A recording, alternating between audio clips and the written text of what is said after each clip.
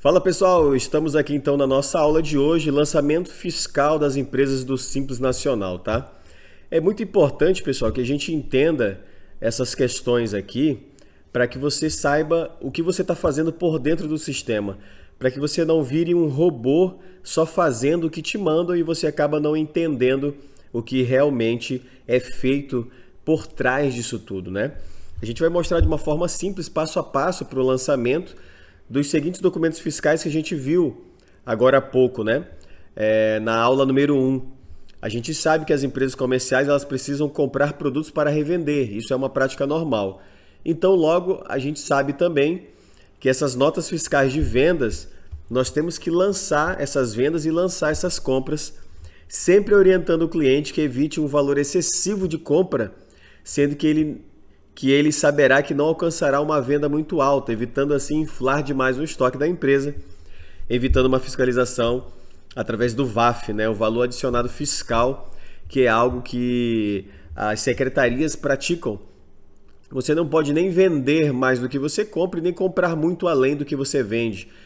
O ideal é que a empresa mantenha um nível ali satisfatório, né? É lógico que no começo, na abertura da empresa, nos 3 primeiros meses, 4 primeiros meses, é muito normal que a empresa compre muito além do que ela tem de estimativa de venda, até porque ela precisa fazer um estoque para atender ali a sua clientela. Mas depois, esse equilíbrio ele é necessário, tá? Quando nós falamos em orientar o cliente, pessoal, para a quantidade de mercadoria adquirida para uma revenda, é aquilo que a gente acabou de comentar aqui. É aceitável que nos 3 a 6 meses de vida da empresa, ela, em alguns meses, tenha uma compra maior que a sua venda. Isso se dá pelo fato de a empresa estar compondo o seu estoque. Depois disso, o natural é que as vendas sejam sempre mais altas que as compras, tá?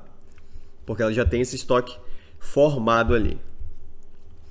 Lançando a nota fiscal modelo 65 série 01, que a gente mostrou para vocês lá na primeira aula também. Se você perdeu a primeira aula, já olha aqui no cardzinho que eu vou colocar aqui em cima para você acessar essa aula aí, tá bom?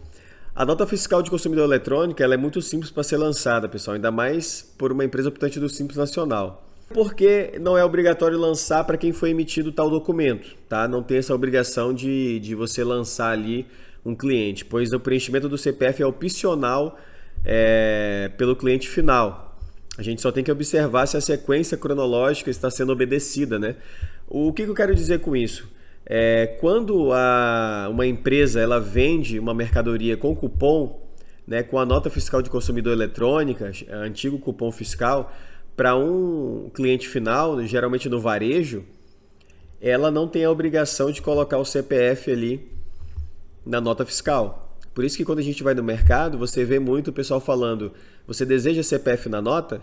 Se você falar que não deseja, ele já emite seu CPF, né? Por isso também que as secretarias de finanças sempre fazem aí essas campanhas para que você solicite o CPF na nota fiscal, porque se você ganha desconto de PVA, ganha alguns benefícios, né? Porque na verdade o fisco também ele tem essa intenção de saber o quanto que você está comprando, quanto que você está gastando também para até de repente fazer uma fiscalização com a questão da incompatibilidade de renda da pessoa física também, que isso também é um papo que a gente pode estar comentando num outro momento, tá? Então, pessoal, o primeiro aspecto aqui que a gente precisa observar são os CEFOPs, tá? O que são os CEFOPs? Os CEFOPs, eles são o Código Fiscal de Operação. O mais usado por empresas do Simples são o 5102, venda de mercadoria adquirida ou recebida de terceiros, venda dentro do estado, isso é quando o teu cliente vendeu uma mercadoria que ele adquiriu de terceiros, né, uma compra para revenda normal. O 602, quando é uma venda de mercadoria adquirida ou recebida de terceiros, mas que ele vendeu para um outro estado, tá? Você usa o 602. E o 5403, que é uma venda de mercadoria adquirida ou recebida de terceiros, produtos com substituição tributária de ICMS, tá? Se você também ainda não sabe o que é substituição tributária de ICMS, eu vou deixar aqui mais um card para vocês de uma videoaula onde eu explico passo a passo sobre a questão do ICMS substituição tributária, tá bom, pessoal? Então, esse CEFOP você vai lançar lá no sistema fiscal. Lançar não, na verdade, né, pessoal? Você vai revisar, porque como eu falei, hoje os lançamentos eles são praticamente, vamos dizer assim, automáticos, né? Qual é a nossa função? É analisar esses lançamentos. Nós somos hoje analistas fiscais, né? Nós somos analistas fiscais, então a gente analisa essas informações que vêm do cliente para que a gente consiga também fazer os ajustes necessários, tá bom? Então você tem que ficar atento com essas questões. O segundo ponto importante que você precisa observar é o CSOSN. O que é isso? É o Código de Situação da Operação do Simples Nacional. Toda vez que é emitida uma nota fiscal, pessoal, lá na configuração dessa nota fiscal, a pessoa que está emitindo ela tem que colocar o CSOSN referente àquela operação. Por exemplo, quais são os mais utilizados pelas empresas do Simples? É o 101, que é tributado pelo Simples Nacional com permissão de crédito. Classificam-se nesse código as operações que permitem a indicação da alíquota do ICMS devido no Simples Nacional e o valor do crédito correspondente. O que acontece aqui, pessoal, tá? Existem empresas que não são do Simples Nacional que elas compram e aproveitam o crédito de ICMS que vem lá do seu fornecedor. É o chamado débito e crédito que a gente fala, tá? Chamado débito e crédito. Por quê? Porque quando eu compro, eu tenho um ICMS a compensar no momento que eu apurar a minha venda, que eu apurar o meu imposto das minhas vendas. Antigamente, quando se lançou a Lei 123 de 2006, que é a Lei do Simples Nacional, as empresas não poderiam se creditar desse ICMS porque as empresas do Simples elas não geravam crédito. E o que aconteceu? As empresas grandes que não eram do Simples acabaram não querendo mais comprar das empresas do Simples porque elas não obtinham crédito. E com isso, elas teriam que pagar o ICMS cheio na venda. Então, com o tempo, a resolução CGSN criou o Código de Situação de Operação do Simples Nacional, os 101, que é quando uma empresa do regime normal compra de uma empresa do Simples, ela pode se aproveitar do crédito de ICMS que aquela empresa do Simples paga dentro do DAS, que é o documento de arrecadação do Simples. Então ela consegue fazer esse crédito, tá bom? O 102, tributada pelo Simples Nacional sem permissão de crédito.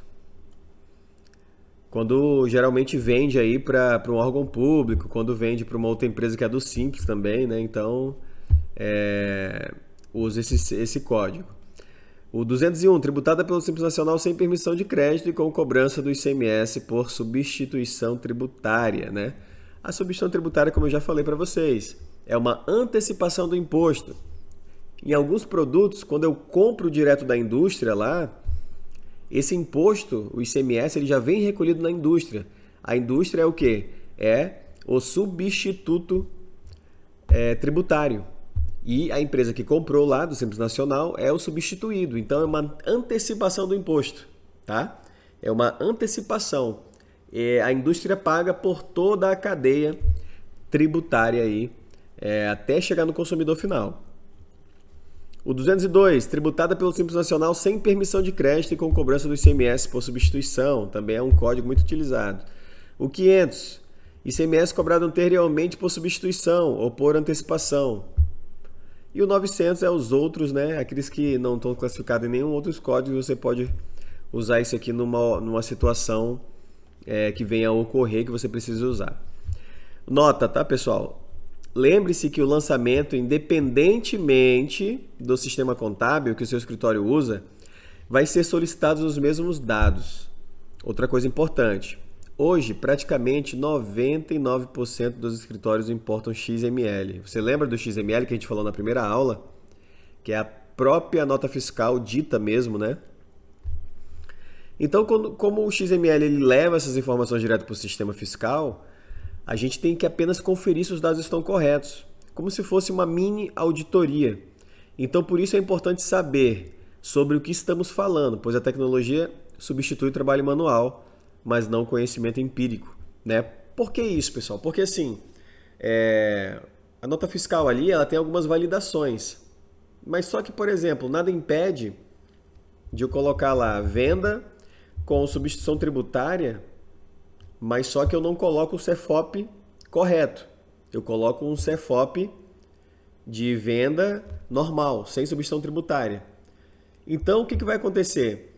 O meu sistema contábil ele vai entender que aquele produto é sem substituição, então ele vai cobrar o ICMS novamente. Mas qual é a minha função como analista fiscal? É ir lá, verificar se aquele produto é substituição tributária, pegar a nota de compra do fornecedor, fazer o comparativo e aplicar o ST lá para o meu cliente. O regulamento do ICMS ele fala que caso haja, no momento da escrituração fiscal, a gente consiga identificar algum erro ocorrido no momento da emissão da nota, a gente pode e deve fazer essas correções, registrando isso no livro de termo de ocorrência, explicando o porquê que nós estamos fazendo aquelas correções. Então, hoje o nosso trabalho é muito mais de analista fiscal do que simplesmente um digitador de nota, né? Porque a gente precisa entender aquela operação para que a gente não faça o nosso cliente pagar impostos indevidos, tá bom? Tudo claro até aqui? Pode mandar sua pergunta aqui nos comentários que eu vou estar eu mesmo respondendo para você, tá bom? Lançando a nota fiscal, então, número 55, modelo 55, nota fiscal E, série 01. A nota fiscal eletrônica, pessoal, ela tem duas formas de efetuar o seu lançamento, tá? A primeira é com a DANF em mãos, que é de forma manual, né? Que é praticamente extinta já, só estou falando aqui para que a gente tenha esse entendimento, essa visão. E a segunda é com o XML, que eu acabei de falar para vocês, que é utilizada aí por 99% dos escritórios. Quem não faz isso está muito, mas muito ultrapassado mesmo, tá?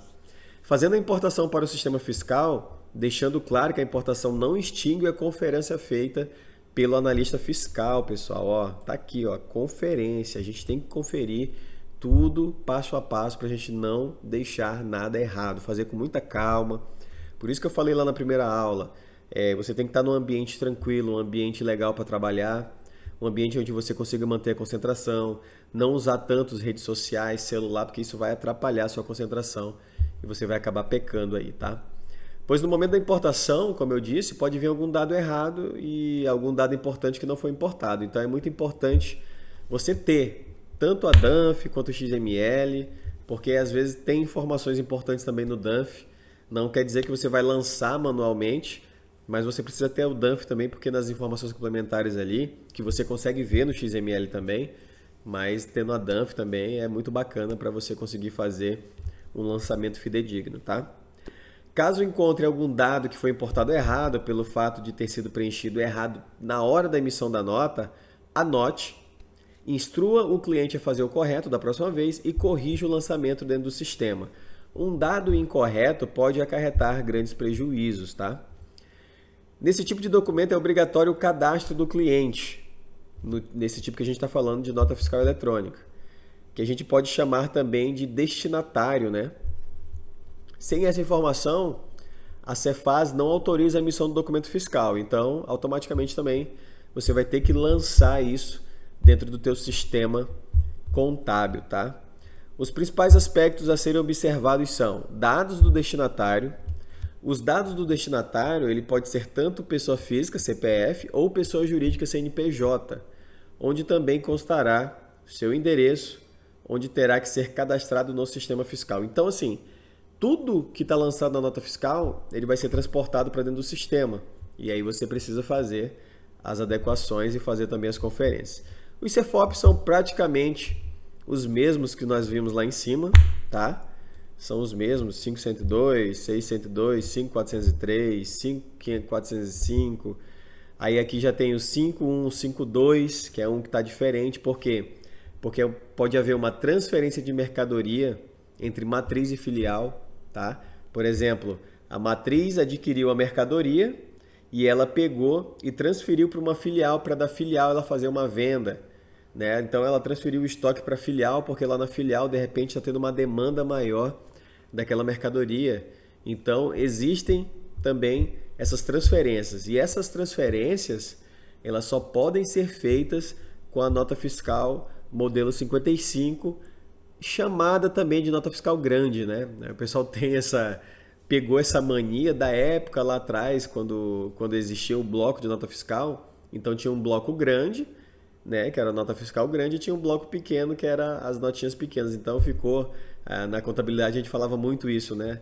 Ah, nota grande ou nota pequena? Então a gente já ficou esse, vamos dizer assim, esse jargão aí, né? Essa particularidade de falar sobre as notas fiscais. E tem o 652 também, que é uma transferência de mercadoria também, mas só que para fora do estado, né? Por exemplo, eu tenho uma filial, eu tenho uma matriz em Minas Gerais e tenho uma filial no Rio de Janeiro. Então, quando eu transfiro, aí eu uso o 652, que é uma transferência para fora do estado, tá? Código de situação de operação do Simples também, basicamente os mesmos que a gente mostrou lá para você no vídeo acima ali, né? Praticamente o mesmo que a gente mostrou para você, tá? Vamos fazer um exemplo aqui, um exemplo para vocês entenderem melhor como é que funciona aquela questão do crédito do Simples Nacional, tá? Vamos supor que uma empresa constituída recentemente, onde o faturamento ainda não ultrapassou 180 mil, que vamos dizer ali que ele está na primeira faixa, né? Eu vou explicar melhor para vocês essas alíquotas, esses cálculos na terceira aula. Por isso que você tem que se inscrever aqui para não perder a terceira aula. Por que me inscrevendo, André? É mais fácil eu saber quando vai ser a aula. Porque você se inscrevendo, ativando o sininho, quando eu lançar a aula, vai chegar uma notificação para você e você vai conseguir assistir a aula praticamente em tempo real quando eu lançar essa aula ali, tá bom? Então, essa empresa, pessoal, a gente supõe que ela tem uma alíquota ali de 4% do Simples Nacional, sendo que 1,36% é de ICMS. Ela faz uma venda de 100 mil reais para uma empresa que não é optante, né? Uma empresa do regime normal, uma grande empresa, e que pode se creditar do ICMS. Então, no campo informações adicionais, informações complementares, a empresa do Simples colocará os seguintes dizeres. Vamos lá. Documento emitido por empresa optante do Simples Nacional gera crédito de ICMS com alíquota equivalente paga no Simples Nacional de 1,36%.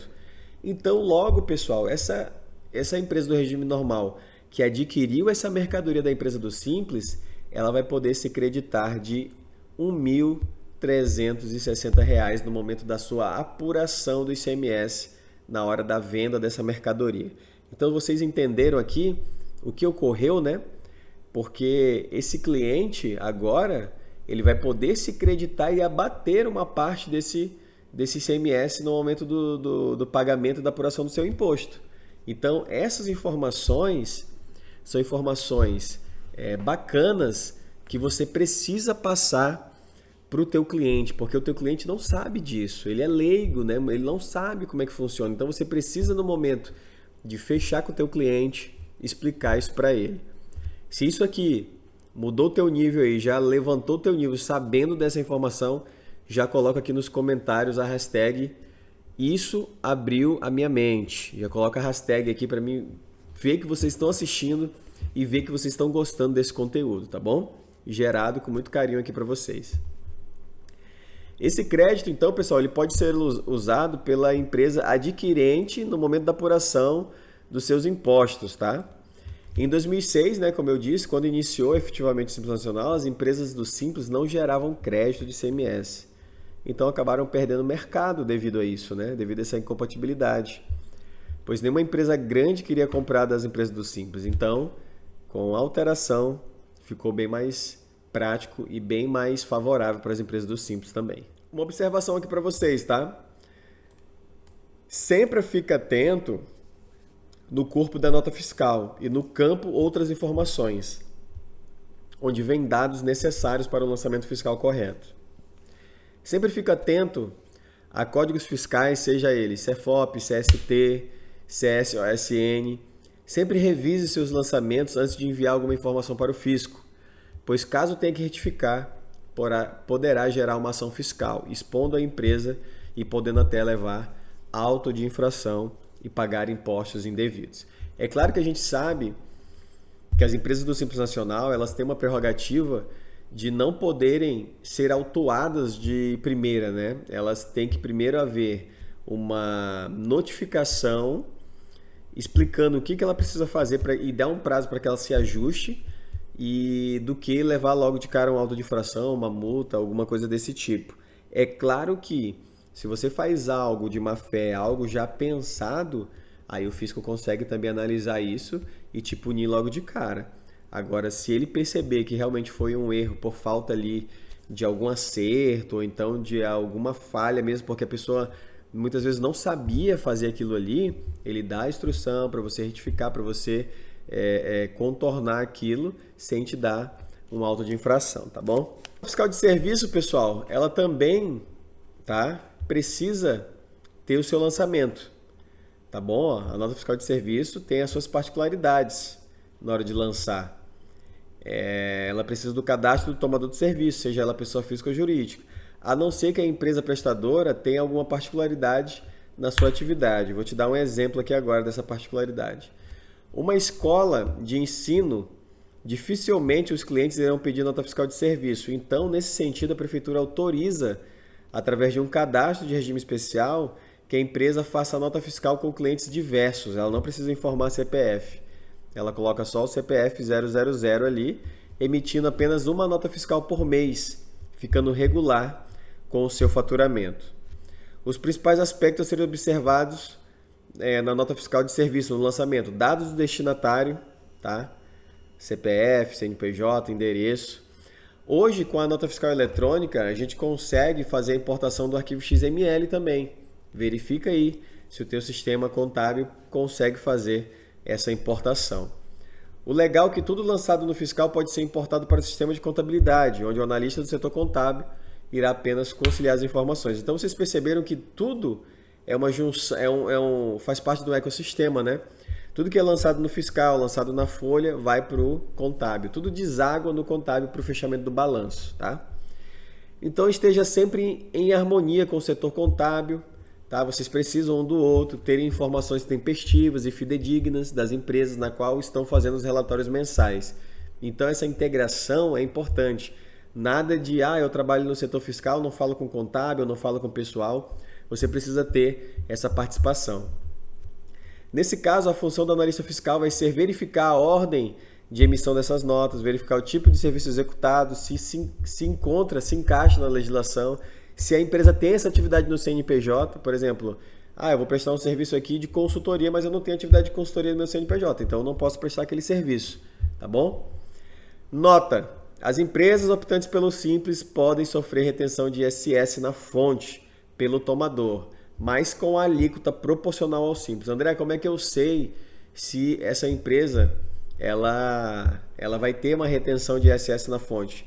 Geralmente, para certos tipos de serviços que estão lá elencados na legislação municipal do ISS, aquele serviço tem que ser retido na fonte, o ISS. Então, no momento que você for prestar algum serviço para alguma empresa, você já verifica, né, com o teu contador, já verifica tudo certinho se realmente aquele serviço está englobado naquela listagem lá onde há retenção na fonte, tá bom? Aqui a gente vai falar um pouco sobre as notas fiscais de entrada, né? Compras diversas para revenda, matéria-prima, uso ou consumo, utilização da prestação de serviço, tá? Porque são coisas também que você vai lançar aí, né? Você vai capturar os XMLs. Hoje a gente tem sistemas que fazem essa captura e vai mandar aí para o teu sistema. Vamos colocar um exemplo aqui, ó. Uma empresa comercial que tem sua atividade principal de mercado e mercearia. Ela comprou 100 unidades de vassouras. Podemos entender que a mesma irá comercializar tais vassouras. As mesmas entrarão no seu estoque. Então, logo, lançaremos como compra para revenda. Por que, pessoal? Que eu entendo aqui que isso aqui é uma compra para revenda e não uma compra para uso ou consumo, ou então uma compra para ativo imobilizado. Por causa da quantidade, né, pessoal? Ninguém vai comprar 100 vassouras para uso e consumo, né? Você vai comprar 1, 2 vassouras no máximo para usar dentro da empresa ali, a não ser que a empresa seja muito grande, né? Mas a quantidade, ela já me conota uma questão de compra para revenda, tá? Então, eu preciso também ter essa lógica por trás da minha análise. Continuando no mesmo exemplo, sabendo que a empresa é uma prestadora de serviço no ramo de conservação e limpeza, podemos entender que foi uma compra de material para utilizar na prestação de serviço. Logo, lançaremos apenas em compra para utilização na prestação de serviço, caracterizando mais como uma despesa ou um custo e não entrará no estoque para revenda. Olha só, aí continuando no mesmo exemplo, aí a gente já pegou aqui, ó, que a empresa é uma prestadora de serviço, aí já muda totalmente a lógica e a conotação que a gente deu aqui no primeiro momento. Porque eu analisando aqui, é compra para revenda, porque é uma empresa comercial e ele comprou 100 unidades de vassoura, é um mercadinho. Agora, eu analisando aqui, uma empresa prestadora de serviço no ramo de conservação e limpeza, por exemplo, ela presta serviço de limpeza em faculdades, hospitais, então eu entendi agora que isso aqui é uma compra para utilização na prestação de serviço.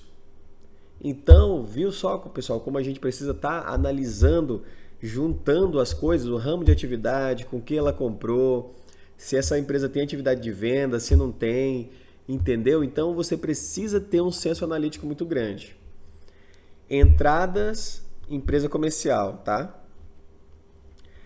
Nas empresas comerciais, as compras mais comuns são compras para revenda. Isso vai depender do ramo de atividade exercido pela empresa.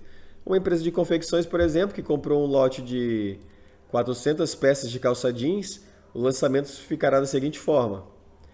Primeiro lançamento, cadastro do fornecedor, tá? Vou colocar ali o CNPJ, vou colocar tudo que vem na nota fiscal do fornecedor.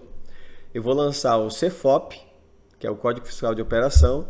Aí aqui está o CFOP, 1.102. Compra para revenda dentro do Estado. 2.102. Compra para revenda fora do Estado. 1.403. Compra para revenda dentro do Estado, produto sujeito à substituição tributária. 2.403. Compra para revenda fora do Estado, produto sujeito à substituição tributária de ICMS. Tá? Então, esses são os códigos mais utilizados. Nota. Essa classificação do CFOP é muito importante, então muita atenção, pessoal. Pois com um produto bem classificado no momento da entrada, você vai calcular o imposto do cliente corretamente. Pois produtos cujo ICMS já foi pago por substituição e essa venda foi efetuada para o consumidor final, não se paga novamente o ICMS. Apenas informa isso no campo específico no momento do cálculo, independentemente do regime de tributação. Tá? Então, na terceira aula, eu vou mostrar para vocês na prática como fazer esses cálculos. Por exemplo, uma empresa que tem substituição tributária. Como é que eu separo, André, o que não tem substituição do que tem substituição tributária? Como é que eu separo isso aqui? Então, eu vou te mostrar na prática como que você vai fazer isso aí no escritório. Você que é estudante de contabilidade, você que já atua, mas quer se aprofundar um pouco mais, quer entender a sistemática por trás disso, tá? O Código de Situação de Operação do Simples Nacional, muito importante também para efeitos de emissão de documentos fiscais em geral, especialmente na nota fiscal modelo 1 ou 1A e nota fiscal eletrônica modelo 55, tá? Essas duas aqui não existem mais, né? A gente só coloca aqui mesmo para você ter essa observância, mas o que a gente usa agora é o modelo 55, tá? Nota, no caso o cliente que é optante do Simples esteja comprando de um cliente que não é do Simples Nacional, você precisa ficar atento ao CST, tá? Que é o Código de Situação Tributária. E o CSOSN, das empresas que não são do Simples Nacional, anexo 1. Estou colocando uma tabela para vocês nessa apostila, lá no final da apostila, tá bom? Vocês vão ter lá o anexo. Vale lembrar que existem muitos outros CFOPs, tá, pessoal? Mas esses são os mais vistos normalmente. Mas nunca deixe de pesquisar muito e ler muito e procurar classificar o produto corretamente. As empresas comerciais também podem fazer outro tipo de compra que não sejam para revenda. Isso vale para todos os ramos de atividade, foi o que a gente falou. Ela pode comprar um carro para fazer a entrega. Como é que a gente vai classificar isso? Vai ser um ativo imobilizado. Ela imobilizou esse ativo dentro da empresa. Vai ter depreciação, né? Vai ter toda aquela questão contábil. Então, quando você... Não é porque ela comprou um produto, quer dizer que ela vai vender aquele produto, né? Então, a gente precisa ter essa questão, esse entendimento de classificar isso de forma correta. Ela pode comprar produtos para uso ou consumo próprio da empresa, tá? Ela pode comprar lá coisas que sejam material de, por exemplo, vou comprar material de expediente para o escritório, né? Papel A4, caneta, pasta, régua. Vou comprar diversos produtos para o meu escritório, né? Então, vou comprar um computador novo para o escritório. Entra no ativo imobilizado também, tá bom? Documentos e informações enviadas ao escritório de contabilidade e ao setor fiscal. Vocês têm que também, pessoal, estar muito atento a solicitar essa documentação do teu cliente, explicar para ele o porquê que ele precisa enviar isso para você. Porque se você só falar para ele, ó, você tem que enviar isso aqui para mim todo mês, e ele não vê o porquê que ele precisa fazer aquilo que é para o bem da própria empresa dele, ele vai acabar relaxando, não te enviando. Então, assim, os documentos que são inerentes e que realmente o cliente precisa mandar para ti, tu pede dele e já coloca um prazo. Mas hoje também, para facilitar a nossa vida, a gente tem sistemas que fazem buscas, né, na nuvem dos XMLs, tanto de entrada como de saída, e aí a gente já pega esses documentos, né, e o cliente tem que dar um manifesto lá também para ver se essa operação existiu, mas a gente já consegue capturar isso. O que ele precisa mandar é só realmente aqueles documentos que a gente não consegue capturar em nuvem ainda, né, que muitas vezes a gente não está conseguindo pegar em alguns sistemas nota fiscal de serviço, né, então conta de energia ele pode mandar, conta de telefone, né, de serviço de telefonia, porque tudo isso é nota fiscal e precisa ser lançado no fiscal também. Tem códigos específicos lá, tá bom? As notas que forem canceladas também, ele tem que enviar, tá? Pelo menos ele mandar um informativo ali, foi cancelado, para vocês entenderem ali. E tem as obrigações acessórias também, né, pessoal? O que são obrigações acessórias, né? As obrigações acessórias são as declarações que a gente envia para o fisco durante aquele determinado período, né? E essas obrigações elas são determinadas pelo Código Tributário Nacional, pelo CTN. E elas não distinguem o porte da empresa, exceto em alguns casos. Por exemplo, as empresas do Simples Nacional não são obrigadas à escrituração fiscal digital, tá? Que é o famoso SPED, né? O sistema SPED.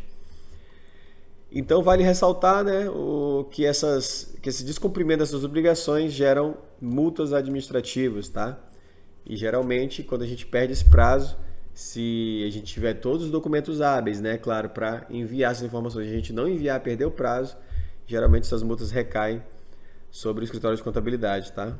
As obrigações acessórias em âmbito municipal, né?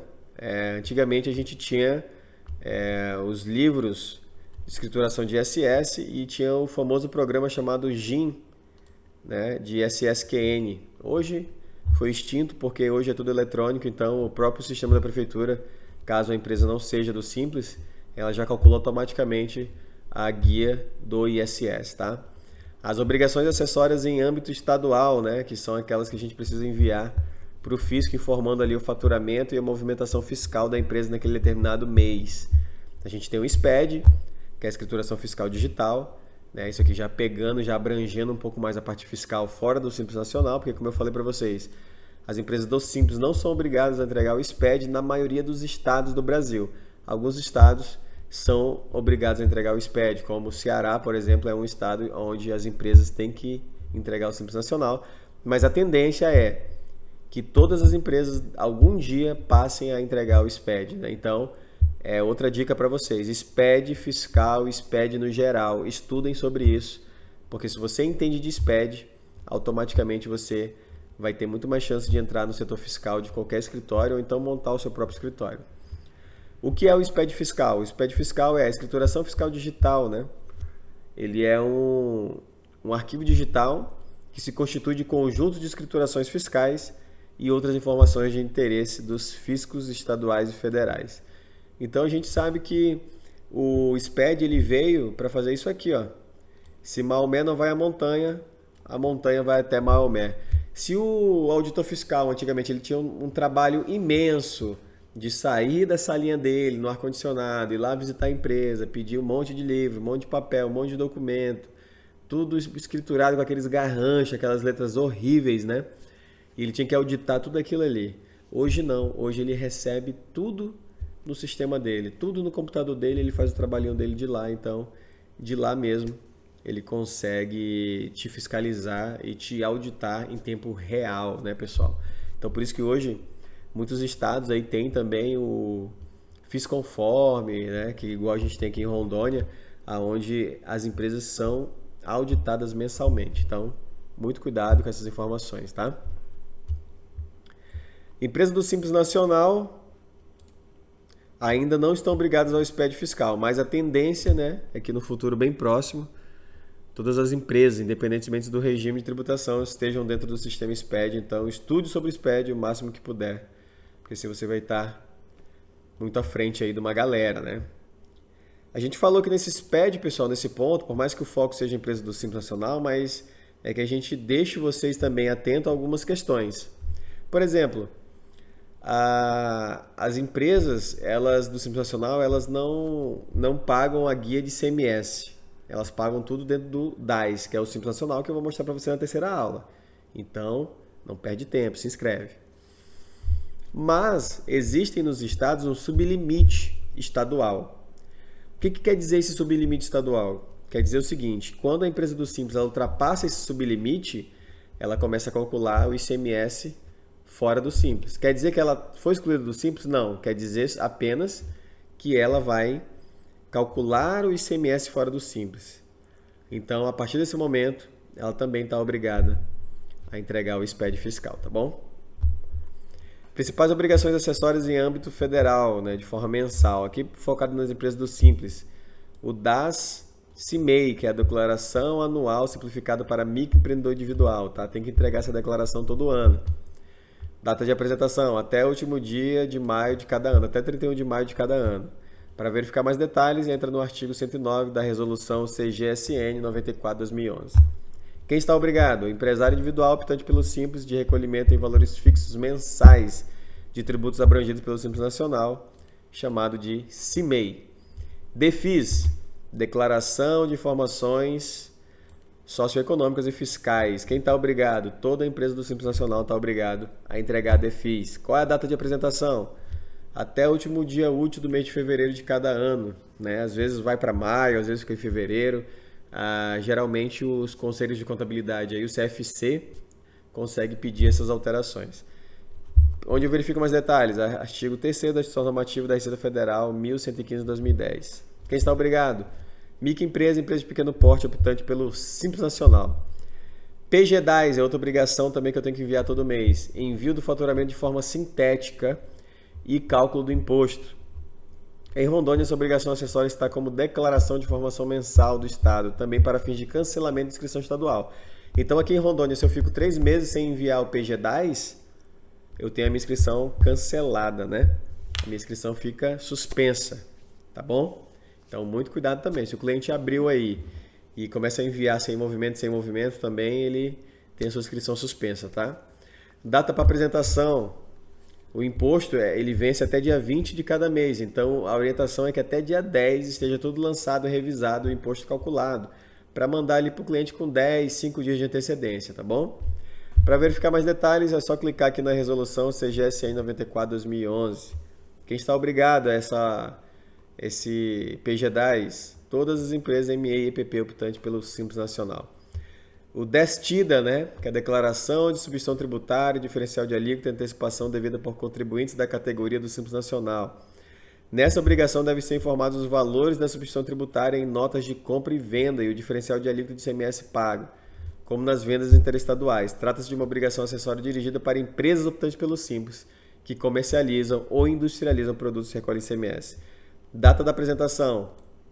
O arquivo digital deverá ser enviado até o dia 28 do mês subsequente ao encerramento do período de apuração, tá?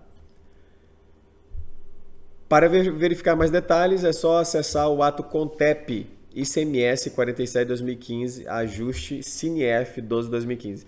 Pessoal, vocês estão percebendo que nós da contabilidade também a gente tem muito da questão do direito, né? Porque a gente olha muito legislação, né? A gente está muito olhando legislação, então você tem que estar muito atento a essas leituras. Quem está obrigado ao DESTIDA, né? O DSTDA ele deverá ser informado por estabelecimento ou pela empresa matriz, que realiza operações e prestações sujeita ao ST, tendo o declarante como sujeito passivo da obrigação tributária, devido por antecipação na entrada interestadual sem encerramento. Então, são essas questões aqui que fazem você estar obrigado ao DSTDA. Então, pessoal, nós preparamos o super bônus para vocês, que é na terceira aula, que a gente vai mostrar para vocês como que é calculado as empresas do Simples de forma prática, como é feito esses cálculos, como é feita essa agregação, tá bom? Então, eu já me despeço de vocês aqui nessa aula, mas aguardem a terceira aula, que vai ser a melhor de todas. Se você perdeu a primeira, assista a primeira. Não se preocupa, porque nós vamos fazer uma terceira aula totalmente prática. Eu tive que adentrar nessa primeira e segunda aula de uma forma mais teórica, te explicando alguns pontos para você entender, mas a terceira aula, pessoal, vai ser prática, prática, prática, prática. Por isso que você tem que se inscrever aqui, tá? Para você ativar o sininho também para você receber essa aula. Já faz isso e a gente se encontra aqui na terceira aula, que provavelmente eu vou lançar ela aí na próxima semana, tá? Vai ser uma aula por semana para você entender aí sobre o setor fiscal, esse mini curso do setor fiscal focado em empresas do Simples Nacional. Tá bom, pessoal? Então a gente se vê aí na próxima aula. Um grande abraço, fica com Deus e até a próxima.